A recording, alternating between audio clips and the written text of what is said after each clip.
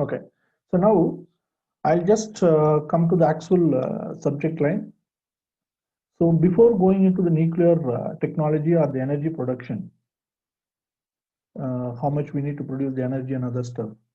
So we need to know the basic technological details. One is the fission, another one is the fusion. The nuclear technology means it consists of two aspects. Fission means like uranium 238 or plutonium 239. It's all freely available. This plutonium is a laboratory made, it's a lab made, it is not naturally available. Whereas uranium 238, it's naturally available. So this uranium 238, we need to convert into enriched uranium.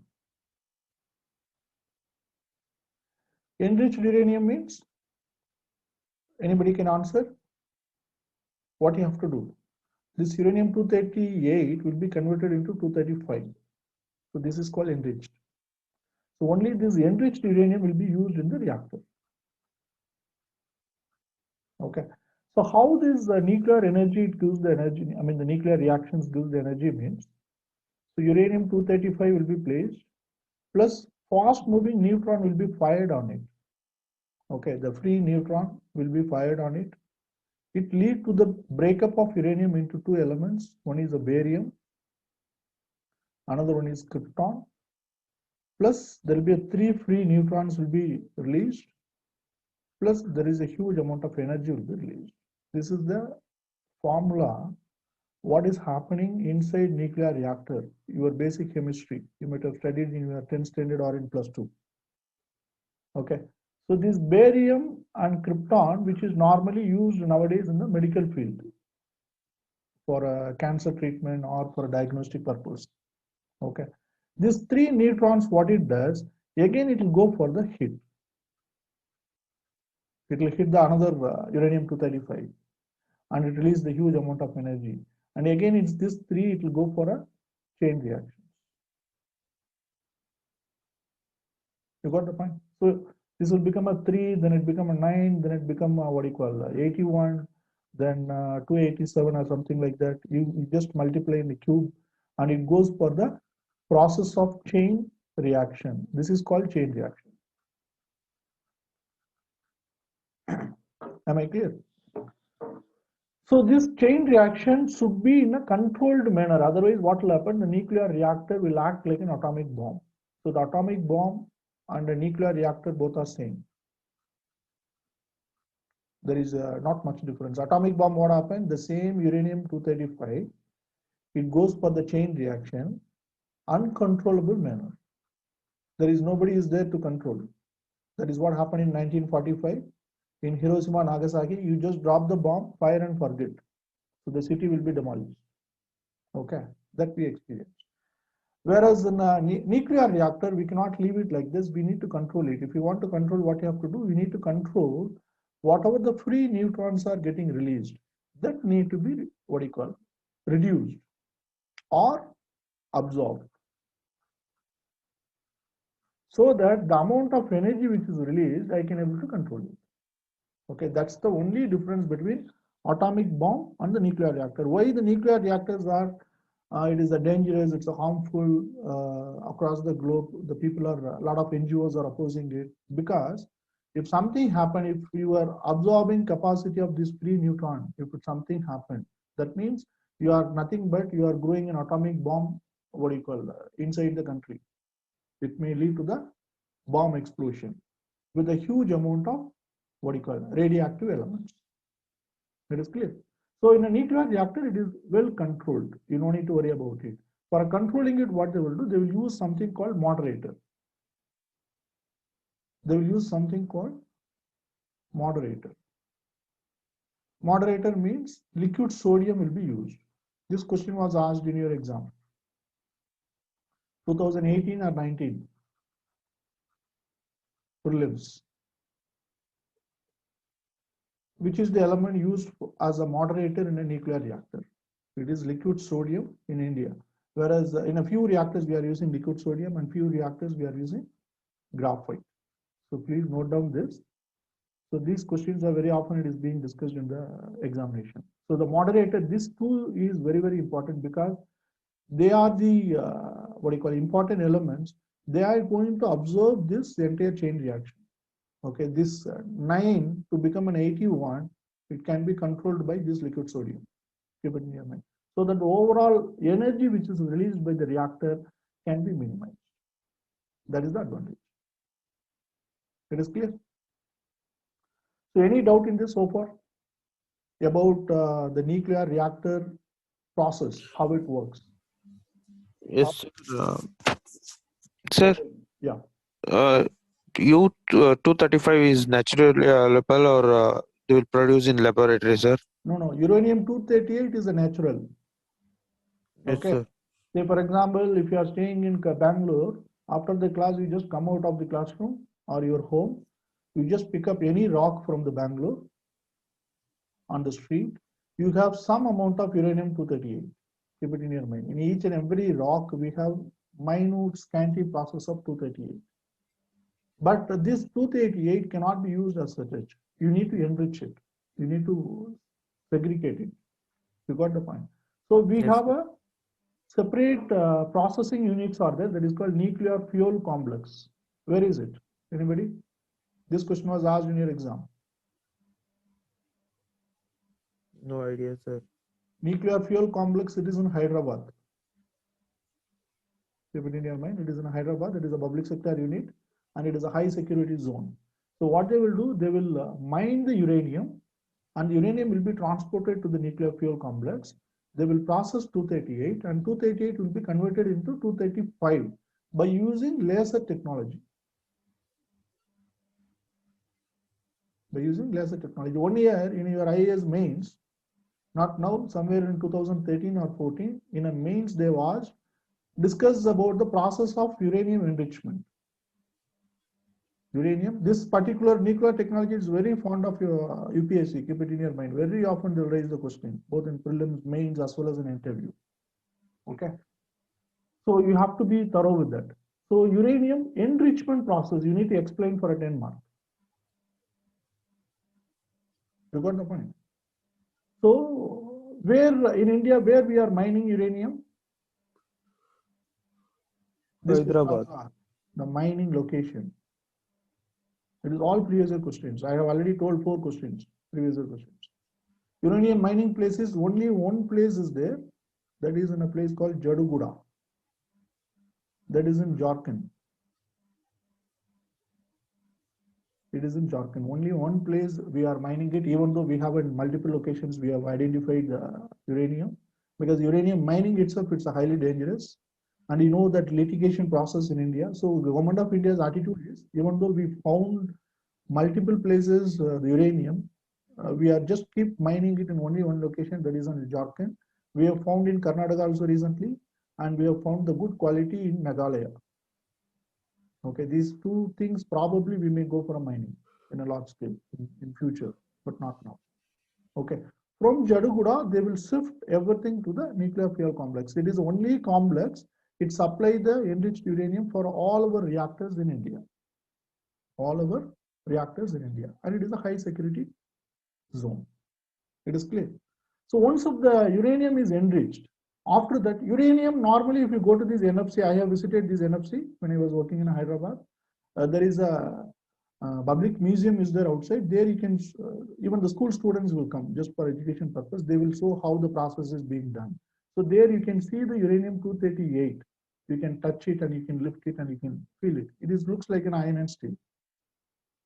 Exactly iron and steel rod. Okay. But once if it is converted into uranium-235, you cannot see with your naked eye. You need to with the proper shoot. You can't touch it because it's a radioactive element. It is a completely radioactive element and it is harmful. It is harmful. That need to be handled by the robots, not by the humans. Excuse me, sir. Yeah. 235 could cause cancer, right, sir? Due to radioactive, sir? See, not only 235, any radioactive element will lead to a cancer. Okay, sir. Any radioactive element, uranium-235 or plutonium-239 or thorium-232, okay, any radioactive element, or even the gamma rays, simple exposure to the gamma rays, So we have discussed in geography, in the electromagnetic spectrum, gamma rays. So because their frequency and the penetrating power is high, it all may lead to the disease. Primarily cancer, but ultimately the person going to die. Person going to die. Say for example, when you become a civil service officer, you have a health insurance. You have a health insurance called Central Government Health Services, CGHS. Okay, according to your rank and the posting, any kind of disease, you can go to the what you call the government hospital or even a private hospital. The government will pay for you. Okay, but there is a limitation. Suppose if you are a deputy superintendent of police, there is some limitation. Okay, this much of money you can spend. If you are an IAS officer, you can spend this much of money. If you are a Group B officer, you can spend this much of money. There is a limitation based on your rank. It is clear. But if an employee worked in atomic reactor, any atomic reactor, even for 1 year you work, lifelong, for your entire family, health cover will be provided by Government of India and no limitation. It is no limitation. Excuse me, sir. Yeah. Sir, DYSP is higher rank than SP, sir. No. This is deputy. DOE means the deputy. Deputy cannot be Okay, higher sir. than SP. SP is a Higher than SP is SSP, right, sir? Senior Superintendent of Police. No, that won't be there everywhere. Higher than SP, you will go for an IG or DIG, Okay, sir. IG. Okay, sir. So this is your hierarchy: DSP, SP. Along with SPs, there is something called ASP. That is when you are in a training position, you'll be posted. Then you'll be an SP. Then you will be a DIG. Then you will be an IG. Then after Okay, that, you sir. will be called as a commissioner, joint commissioner, deputy commissioner, something like that. It goes hierarchy will go like this. Yes, sir. Last rank is DG, right, sir? The last rank is Director General, DG. Okay, sir. Okay, now come back to that. Why the Government of India is giving unlimited health cover? Because even if you are working in for 1 year, there are dangers that there might be a radioactive element exposure to your body. It may lead to a disease after future days. Even though there'll be everyone will be in a complete protective covering will be there, but even then these processes are happening here. This is as per the international standard. As per the international standard. So being an IAS officer, sometimes you can be a what you call secretary to what you call power ministry. Secretary to power ministry. Under power ministry, you have a Department of Science and Tech. Okay, under that Department of Atomic Energy is there. So there you are going to head. So in that case, you tend to visit the nuclear reactors. Okay, you don't need to get panic. It's a kind of official protocol. Whoever working there, they need to be given the full coverage. Okay, so that is the meaning. So that is how the Government of India is working. So any radioactive element exposure may lead to the disease. That is why we call them as a harmful. And this is one. Another one is, suppose there is an accident. It should not happen. Let us imagine it. If there is an accident, there is a radioactive what do you call depletion or leakage. Something happened in the nuclear reactor. How long it is going to affect? How long it is going to affect? That means, say for example, there is something called off-life period. What do you mean by off-life period of uranium-238? Anyone?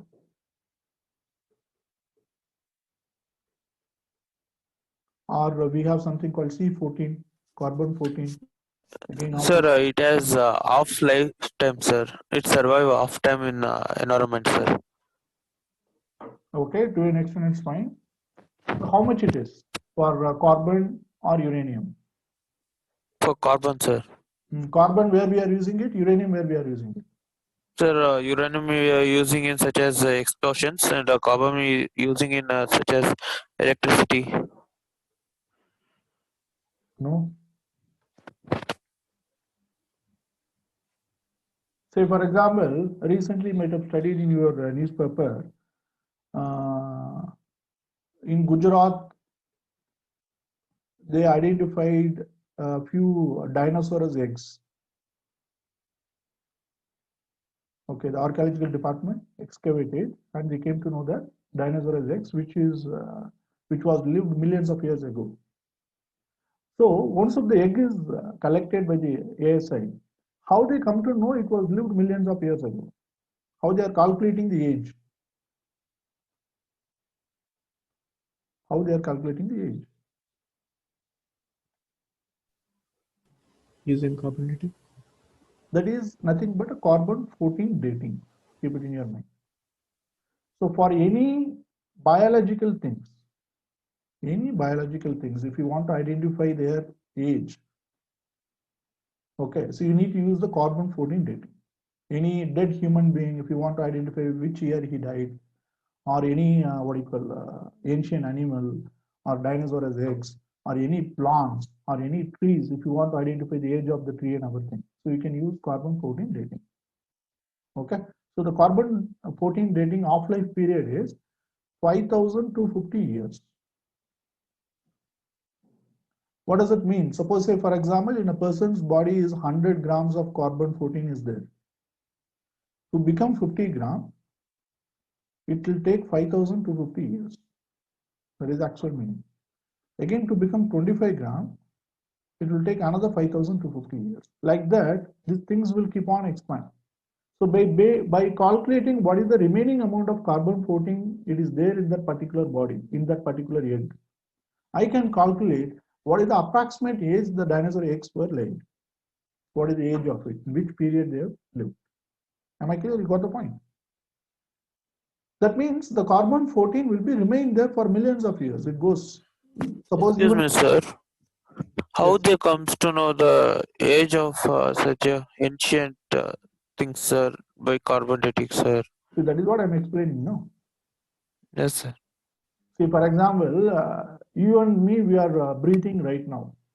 Okay. Yes, sir. We are all alive in this classroom. Yes, sir. Okay. What is the difference between the alive person and the dead person? Sir, alive person can breathe and you'll be active. Okay. Dead person will be inactive and he Okay. can't So breathe. now what happened when we are alive? When we are right now, we are breathing. What happened? Actually, we are breathing C14. When we are breathing it, some amount of C14 it goes inside, and some amount of C14 it goes outside our body. From our body, it's keep going out, and that is getting replaced by our breathing pattern. The person, the moment he died, the breathing stops, the incoming C14 stops, outgoing will continue. You got the point? From the moment the person died, only the outgoing C14 will continue. Incoming is stopped. As long as we are alive, incoming also it's getting replaced. You got the point? That is what happened in the dinosaur's eggs. Okay, or any other biological things. It is clear. Once the moment the outgoing C14s are continuously going on, they follow the process of these things, the half-life period. It takes 5,000 to 50 years to become 50 gram. I mean, 50 gram means just for understanding purpose, I'm using the word grams. So there'll be in a micro units. There'll be in a micro unit. So to become 50%, it took 5,250 years. By calculating it, I can say when exactly the person is died. So this is how I can able to identify the age of the dead bodies. Am I clear? Yes. So this is because this is for C14, it is applicable for all biological things, whichever having the biological cellular aspect, whichever it is breathing, any insects, any animal, any trees, plants, human being, for all of them it is applicable. Whereas non-living things, we need to go for the uranium dating. There is something called uranium dating. Say, for example, in geography we study Aravalli is the oldest mountain. right? You might have studied oldest mountain on the earth. Himalaya, youngest fold mountain. We call it as youngest fold mountain. On what basis we claim Aravalli is the oldest and Himalaya is the youngest?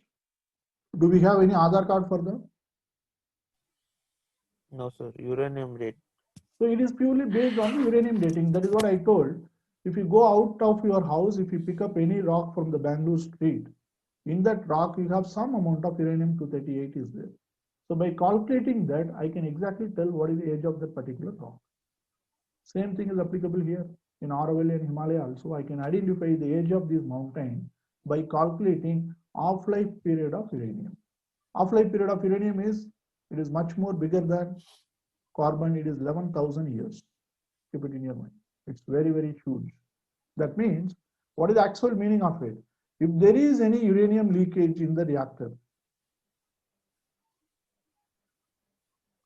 the radioactive elements will be in the space for infinite period. Keep it in your mind. It is an infinite period because 11,000 years is an half-life period alone. Our human lifestyle is just, average lifespan is 76 to 80 years. You just imagine it.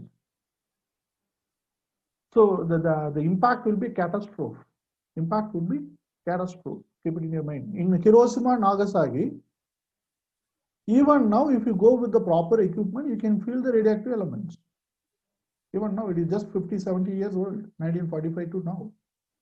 But I am talking about half-life period is 11,000 years. 11,000 years. You got the point. So there is a huge, what do you call that? Excuse me, sir. Yeah. People are living in Hiroshima and Nagasaki, sir. Of course, they are living. There is radioactive, right, sir? Definitely, definitely. They will be in a proper equipment, sir. See, nothing like this. Radioactive elements over a period of time, it will come down. The impact will be come down. But the genetically, it may start affecting the people because the radioactive substance, they have the huge penetrating power. It will penetrate your genes and DNA. It affects your genes fundamentally. So when a grandfather is having some disease, that can be transferred to the father. Then it can be covered to the son. So in such a manner, gradually it will get shifted from one generation to the another generation. That is what they are experiencing it now. Yes, sir. Am I clear? So that manner, Yes, you will have an impact. It's clear? sir. Fine. So Yes. now you get an idea what is the importance of this nuclear energy. That means whether it is how much it is harmful, how much it is dangerous. But even then we are sticking to that because we need energy. We need energy. So whatever we discussed now, it is fission technology based on the heavy elements like uranium, thorium, plutonium, something like that. But these heavy elements are the amount of energy what they are releasing it comes with the harmful radiation. So to an extent, worldwide, there is a lot of research is going on. Whether I don't want to go for the fission, I want to go for the fusion. Fusion is another technology. Here in a fusion, what they will do, it is the lighter molecules will be used. Like helium or sodium. Okay, these lighter molecules will be used, and in a proper atmosphere, these lighter molecules will try to be fused together. That is why it's called fusion together, and it gives a huge amount of energy. So this energy I can use it for my industrial activities or for economic activities. So here in a fusion technology, what is the advantage? There is no harmful radiation, no question of half-life period.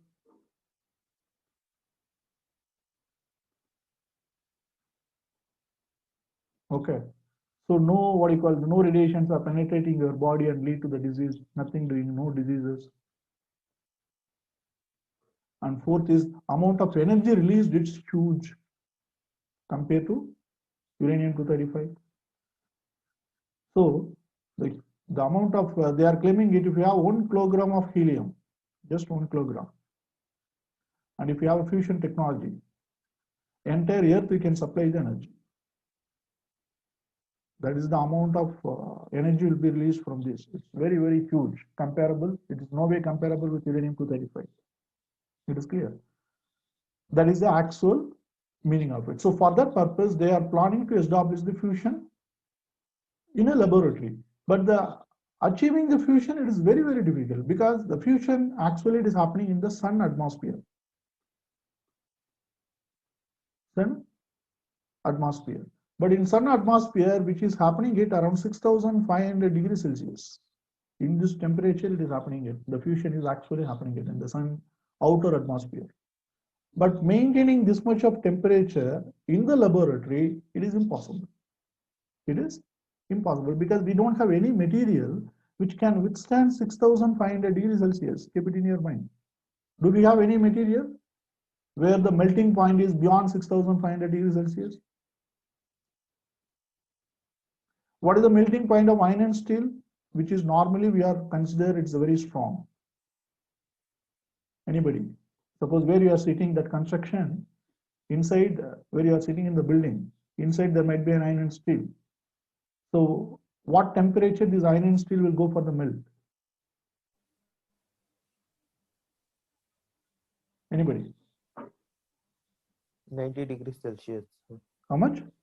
90 degree, I think. 90 degrees Celsius. It's very less. 90 degree you can achieve it in a human normal laboratory. So the iron and steel, for any kind of quality iron and steel, will start melt down around 900 to 1100 degrees Celsius. Keep it in your mind. Whereas in a Hiroshima, Nagasaki, when you are putting an atomic bomb, it creates 2500 degrees Celsius in a few seconds. Within few seconds to minutes, you will have a 2500 degrees Celsius. That means you just imagine what would have happened in Hiroshima, Nagasaki the moment the bomb was dropped. The moment this temperature comes, what happens? The people will disappear without knowing why they are dying. You will not have enough time to feel that you are dying. Buildings will melt down.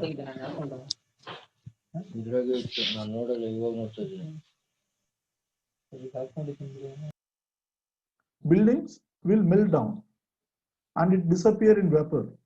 So that is the what you call catastrophic impact of the atomic bomb.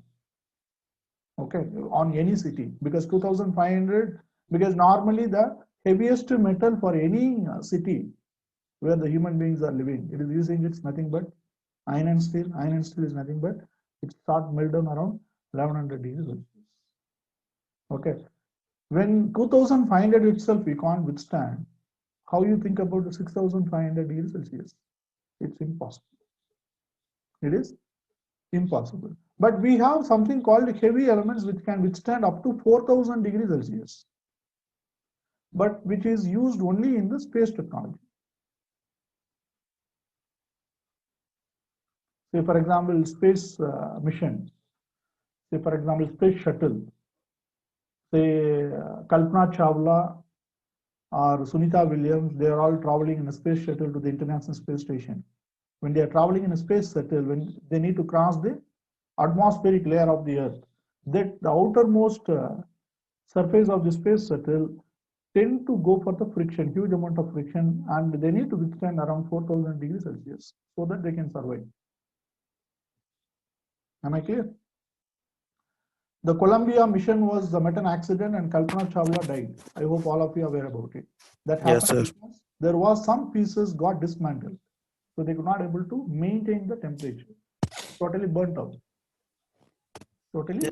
Yes, sir. Huh? How they build a space shuttle, sir?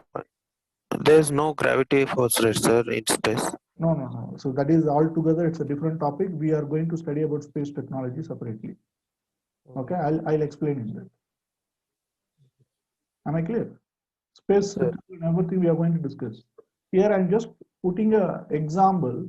When the space shuttle is moving, crossing the Earth atmosphere, it tends to create around 3000 plus degrees Celsius of temperature on the outermost body. Inside you are sitting inside.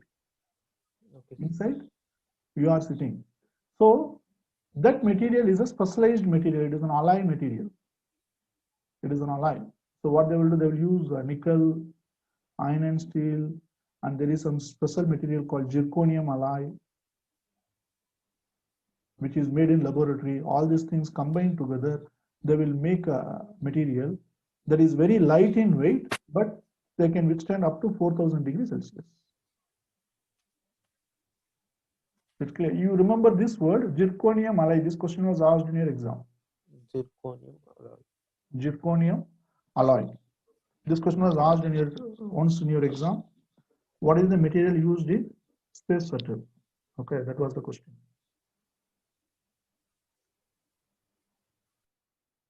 It's clear. So the fusion technology, it's very difficult to achieve it on the Earth. But what the scientists are claiming is fusion can be done two types. One is hot fusion, another one is a cold fusion. Hot fusion is happening in the sun. That cannot be implemented on the Earth. Whereas cold fusion, I can implement. Okay, you go for the minus temperature, that is like a minus 260, minus 270, or minus 280, something like that. You go to this particular temperature. In this particular temperature, you try to fuse helium plus helium and release the energy. Weather can be able to achieve this. So that is the technology. They are trying it out right now, and they are claiming it. This can be achieved by 2040. 2040. So this research is going on. It is a international thermal nuclear reactor. Just note down this name, International Thermal Nuclear Reactor, which is being built in France in a place called Cadarache. So right now it is under functioning. And in fact, they have achieved the fusion, the cold fusion was achieved for a few microseconds in the laboratory. It's already achieved. Only thing they need to work on how to stabilize that fusion. Okay. So they are claiming it by 2040, this can be achieved. Once this is achieved, then the fission reactors can be closed down. There is no need of fission because it's highly harmful and dangerous. But till then, you need to achieve it. Approximately, you can say 2040 or 45, the fusion technology might be available for the commercial usage. Then no country will willingly to go for the fission related. But for next till 2045, till another 25 years, you need to sustain this. We need to sustain the fission technology. Am I clear? India also, it's being a partner in this reactor technology. It's a multi-country project, not only by the France. It is the US, Japan, India, China, Germany, Russia, all the countries are involving in this project. It's a multi-country project. It's clear? So the fission and fusion is done. Next is the limitation of uranium. Limitation of uranium. Say for example, one is two things. In India, we have very limited uranium compared to other countries. Another one is in India, we have a population everywhere. The people are everywhere because the population density. And the court process, it become the litigation process normally will take years together. It takes 10 years, 20 years, 30 years, just like that. So, say for example, if you have a Hyderabad city, where the Hyderabad city is located, below they have found uranium. But what he can do is, nothing can be done. He cannot ask the people to evacuate. And with the people, he cannot go for the mining. It leads to the radioactive elements. It will contaminate the groundwater and everything. So the people will go to the court, and the court will put a ban. And that will continue for 20 years, 30 years, even sometimes 40, 50 years also. So the government of India, what is the attitude? If there is a uranium is available where there is no people nearby, in the kind of open barren land, or where you can evacuate the people. Suppose if it is a rural hamlets or the small villages are there, few hundred people I need to evacuate or rehabilitate. Yes, it's possible. So only in those places we are ready to go for the mining. Otherwise, we simply try to import it from outside. So that is the attitude of India. So if you want to get imported from outside, you need to follow certain rules and regulations. Why? Because you are not importing like a laptop or a mobile. You are importing a fissile material, that is uranium-235. It is highly enriched. The same thing, it can be used in atomic bomb.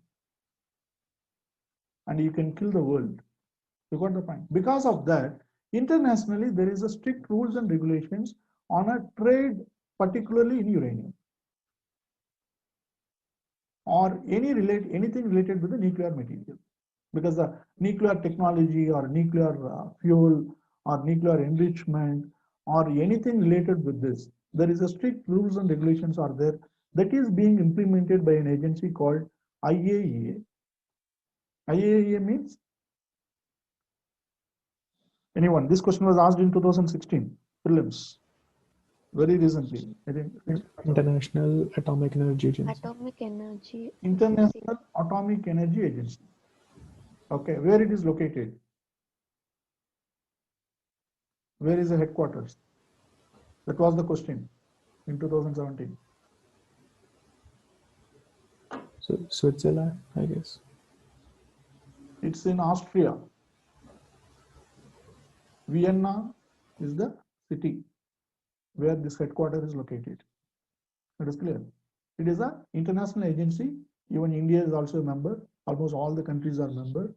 And this agency will stipulate the standard operating procedures. Suppose if you are building a nuclear reactor, how you need to build. Okay. What should be the standard specifications? What are the materials you need to use it? All those things they will list out where you need to process it, how you need to make uranium enrichment. Everything they will stipulate it if you have that technology and you can implement it as per their standard. Why? Because suppose somewhere in India, if there is a nuclear reactor accident, it should not happen. I'm just putting a word. Okay. Reactor accident. It is not only going to affect Indians, it is going to affect the entire earth. Because the radioactive element might be spread across the globe in the air. You got the point. Suppose Hiroshima and Nagasaki, it is not going not only affect Japan. To an extent, it might be affected Russia. To an extent, might be affected China. The data may not be revealed, but definitely it is in the air. So for that purpose, they put extraordinary rules and regulations through these agencies. Am I clear? So that is why this agency is very quite familiar. International Atomic Energy Agency. Or any new breakthrough, any new technologies, if any countries are coming forward in this, again you need to prove in front of them that the technology is harmless, technology is proven, and they need to give the permission for the commercial usage. That is the actual meaning of this particular agency. So far, any doubt?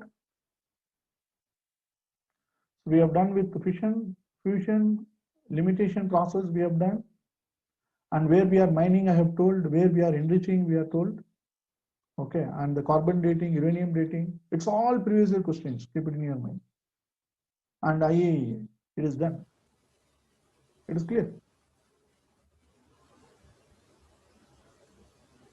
So one question. Yes. Like you said that while importing uranium, IAEA, we have the technology, then it will like allow us to have that in if we are like obeying those SOPs, right? Hello?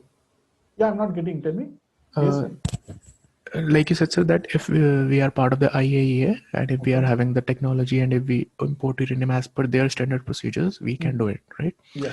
So if suppose like we, as you also told that we are part of that experiment, the ITNR, right? Yes. Does it also mean that all the member countries will get the technology of fusion once it is done? Yes, of course. Whoever participating it, whoever giving their know-how, naturally the initial ring of knowledge will be given to them. Okay, sir. From there, it will be delivered to others. Okay. That is the meaning of it. Okay, sir. See, now it's the WHO has already announced in Corona. If any country found medicine for Corona, you cannot claim patent on it. Do you know that? Yes, sir. You cannot claim patent on it, but you will be allowed to sell. You will get the commercial benefit, but you cannot have the patent. That immediately that research outcome should be handed over to all the countries. All the countries should immediately produce the vaccine and they should supply to the people. That is the rule. So the same process, more or less, you can apply for the fusion also. It's clear? Yes, sir. Okay. See, now, before going into thorium-based technology, nuclear liabilitable and scale-up potential, we need to see about the types of reactors in India. What are the type of reactors? What we have. Okay. So that you can able to understand what do you mean by thorium-based reactors. So here the type of reactors are, we have a three type of reactors. One is pressurized heavy water reactor. Here you can write down pressurized heavy water reactor. This is fast breeder reactor. Fast breeder test reactor.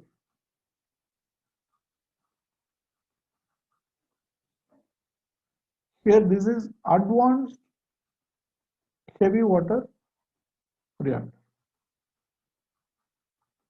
Okay, these are the three types. Okay, now before going into that, you need to understand what is the brief history behind it.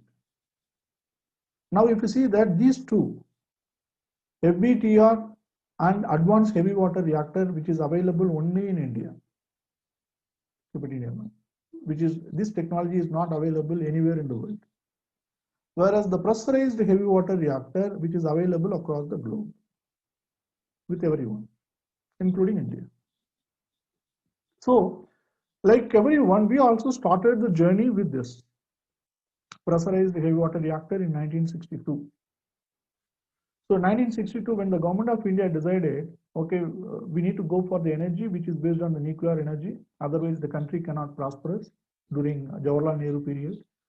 So they thought that, okay, let us go for the tie-up with other countries because we don't know anything about this technology. It's a new technology for all together, for our Indian scientists. So we need some foreign hand need to help us. So they went to the US and they made an agreement, US and Canada. These two countries, they come forward to help India and they made an agreement. As per the agreement, they need to deliver few test reactors to India. That means test reactor means it's a mini reactor.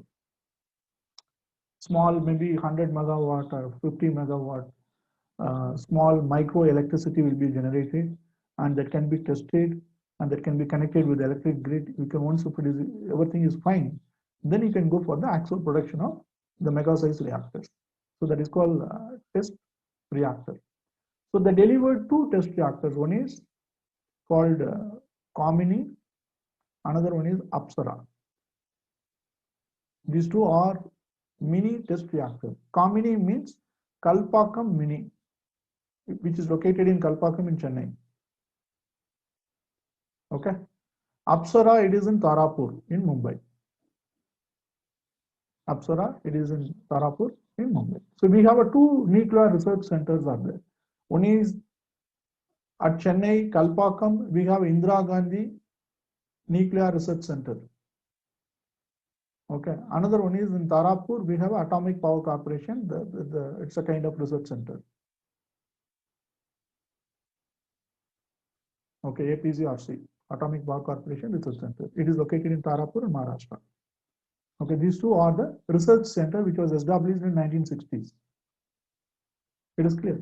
Now, once these test reactors landed in India, now the followed by US and other countries, what they have done, they have put a condition to India that India should not go for nuclear test. India should not go for a nuclear test. It is like almost like when a person is knowing how to make electricity from the nuclear reactor, they can easily make atomic bomb also. It is like an open secret. That is what I have told. The only difference is liquid sodium. If you place liquid sodium, it is atomic reactor. If you remove liquid sodium, it is an atomic bomb. That's the difference. So when a US and Canada is giving a technology to India, their worry is India should not go for making atomic bomb. And making an atomic bomb is no way useful unless until you go for a testing. You keep it in your mind. So why the countries are putting restriction on testing, not for a manufacturing bomb? Suppose, say for example, I have an atomic bomb. But if I'm not testing it, how I'll show the world that I have an atomic bomb? It is very difficult. Keep it in your mind. It is like what do you call toothless snake. I have a snake, but there is no tooth. So nobody will have a fear. You got the point. So having an atomic bomb, how it works on the earth, it acts as a deterrent force. What do you mean by deterrent? The word deterrent.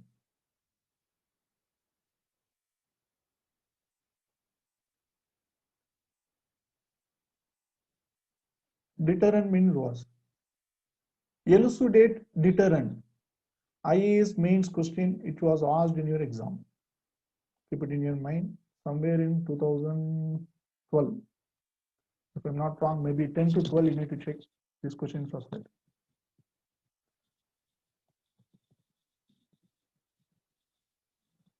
What do you mean by deterrent? Deterrent means what? Deterrent Dominating means factor, sir. creating, yes. I think somebody is on. I'm not sure, sir, but a dominating factor, sir. Dominating, not a dominating factor, creating fear among your enemies. Say, for example, let us imagine it. You have an independent house.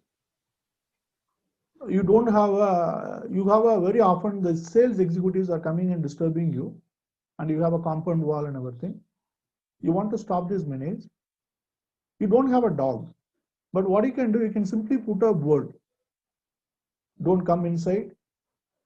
Beware of dogs. You are just putting the board. You might have seen in the houses. So when a sales executive comes, by seeing this board, what they will react? They will take whether they will think twice, at least whether I need to go, really I need to go and knock this door, or shall I avoid? You got the point? Because there is a dog menace is there. So it is a kind of deterrent. It stops the enemy. It stops the unnecessary disturbance at your gate itself. That is the actual meaning of deterrent. So when a country is declared, it is a nuclear power country. Say for example, India is nuclear power country. That means the enemy, those who are coming for a war with a war drum, they will think twice whether to attack India or not. That is what happening here between India and Pakistan, India and China. Why India and China is fighting with the stone on the Ladakh region? Tell me. Recently it happened. 40 soldiers were killed. 20 They have signed an agreement. They should not use such a weapon, sir. Nothing like that. Nothing like that. When there is a conflict, when they ready to go for a fight to an extent of killing around this side 40 and our side 20, around 60 people were killed. Keep it in your mind. Yes, sir. 60 soldiers were killed in a recent conflict between India and China, but not even a single bullet fired. Keep it in your mind. Even though they have a complete access to the high-end weapon. Why? Because they know that conflict, because both of them are deterrent. We deterrent about China, Chinese are deterrent about us, because the coveted weapon, atomic bomb. Keep it in your mind. It is not like we are not simply putting the board, beware of dogs. We are actually having the dog. It is clear. So that is the meaning of deterrent. It is clear. So to avoid this purpose, the country should not make an atomic bomb, and the US and Canada, what they thought that by giving these two reactors, India definitely can make atomic bomb, but let us stop their testing process. Let us stop their testing process. So unless until they tested the atomic bomb, the other countries may not know whether do you have a weapon or not. That is the beauty behind this atomic bomb. You need to go for the testing. You need to announce the world. Yes, I had come. I have this. You got the point. So what they have done, they made an agreement called CTBT, Comprehensive Test Ban Treaty. Keep it in your mind.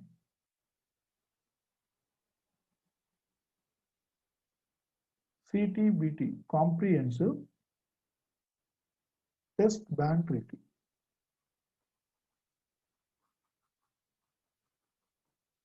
What is the meaning of it? What is the meaning of it? Comprehensive, that means the country whoever signing this agreement, they should not go for any kind of nuclear test under the earth, under the water, and in the space. These three are added. That is the actual meaning of comprehensive test ban treaty. Am I clear? So this treaty was forced to, they asked India to sign compulsorily unless until you won't get any nuclear further technology. They have just given two reactors. One is Kamini and Apsara. And again, they are coming up with this. When these things are happening, in 1962-63, these things are happening. We had a first war in 1962 with China. Keep it in your mind. And 1965, we had war with Pakistan. And 1971, another war with Pakistan, that is East Pakistan, we created Bangladesh. In this scenario only, this CTBT also is coming to India. Suppose, even any layman will think that this CTBT, I will not go for it, because right now, I am totally surrounded by enemies, I need a bomb at any cost. I don't want electricity, keep it in your mind. Now, what is the country's mindset, how it is changed? The political leadership mindset has changed. I don't want electricity. No, electricity is important now. I need a security now. My people should be secured. Electricity we will think about later. Okay. So I will not sign this CTBT. So India till today, we never signed CTBT. Keep it in your mind. So the moment we say we will not sign CTBT, the further technology is supposed to be delivered to India, it is totally stopped. Am I clear? So this is the background story you need to understand, how we grown ourselves. Okay, this is the background story. So by around 1965, the India's nuclear dream, the technology dream, which associated with other countries, were totally shut down. And India was isolated. Keep it in your mind. No countries were, if you are not signing this treaty, no countries will give you the technology. No country will give you the technology. Because there is another group called Nuclear Supplier Group, NSG. There are around 45 plus countries are there. All are highly advanced countries, like all European countries, whoever having the uranium, whoever having this technology, they are all advanced countries, including China. Recently they joined the member. So these member countries they have an association called Nuclear Supplier Group. This supplier group, in consensus, they should say, yes, okay, the India is good, we can go for the delivering the technology. Otherwise, you won't get the technology. So now what happened? If you want to sign NSG, you need to sign CTBT. If you want to be a member in NSG, you need to sign CTBT. So that's the tricky position. And we were totally surrounded by enemies. So the country leadership, and Jawaharlal Nehru, the next followed by Indira Gandhi and others, they decided not to go for a CTBT. Instead of that, let us go for the testing the nuclear weapon. So the country, we started making nuclear weapon. And we went for the test. When it was done, the very first nuclear test. Anybody? What is the name of it?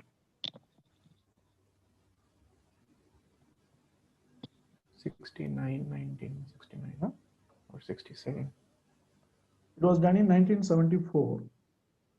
1974, first nuclear test in Thar Desert in Pokhran. In a place called Pokhran, we have done. That is called Smiling Buddha. That is the code name. It was the code name we had given, the government of India had given for the particular test. Then later we announced that we went for the nuclear test across the globe. The moment we went for the nuclear test, not only the nuclear trades were stopped, even the further economic sanctions also imposed on India. Economic sanction means, other than essential item, not any other items. You can go for the export and import. For 1 year, they imposed it for 1 year as a punishment, because you are going for the nuclear test. It is clear. But at the time when we deny to sign CTBT, our argument was, our political leadership stand was, that time if you see that US, China, UK, Russia and France, these 5 countries were permanent members of Security Council, United Nations. And these 5 countries were already tested the nuclear reactor, and they have a huge pile of nuclear weapon also.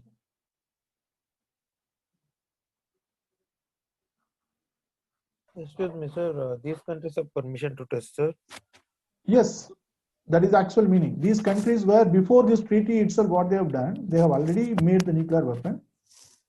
They have tested multiple times, and they have proven the world that they have a nuclear weapon.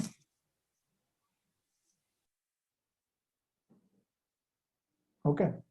Then they are forcing other countries not to go for the nuclear test. That is the actual scenario in 1960-65, around 70s. It is clear. So what India was told, let all these countries ready to dismantle all the nuclear weapons. Okay, you dismantle whatever the weapon you have. You, in an open forum, you just bring all your nuclear weapons, you dismantle it. And you add, under comprehensive testing, you mentioned only air, water and space. You add even the computerized simulation also. That time itself the technology was developed. That means by sitting inside the room, by using supercomputer, you can test the nuclear reactor, the nuclear weapon. This particular statement was not added in this treaty. So what India was telling it, you add this also into the treaty, plus you ask all the countries to bring their weapon to open ground and dismantle it. Let us make the entire nuclear free world. India ready to sign. If that case, India ready to sign. But these countries were not ready to agree, because their intention was what? They want to maintain their supremacy. These 5 countries, they want to maintain their supremacy, and they don't want other countries to develop any kind of nuclear weapon. Am I clear? So that was the scenario. That is why we rejected it. So we went for the nuclear weapon. We tested it, 1974. Because of that, they put an economic sanction. Now what happened? The country is closed, and the no other countries you can purchase even the uranium and other stuff. So we need to develop our own technology with the available mini reactors, whatever they have developed, whatever they had given, that is called Kamini and Apsara. It is clear. So our scientists are really brilliant. We know that because we have contributed a lot to the world. So we analyzed the Apsara and Kamini properly, and our scientific father of atomic reactor, that is Homi Bhabha, he proposed countries should travel in the journey of 3-step atomic reactors. That is pressurized heavy water reactor. This is second stage, and this is third stage.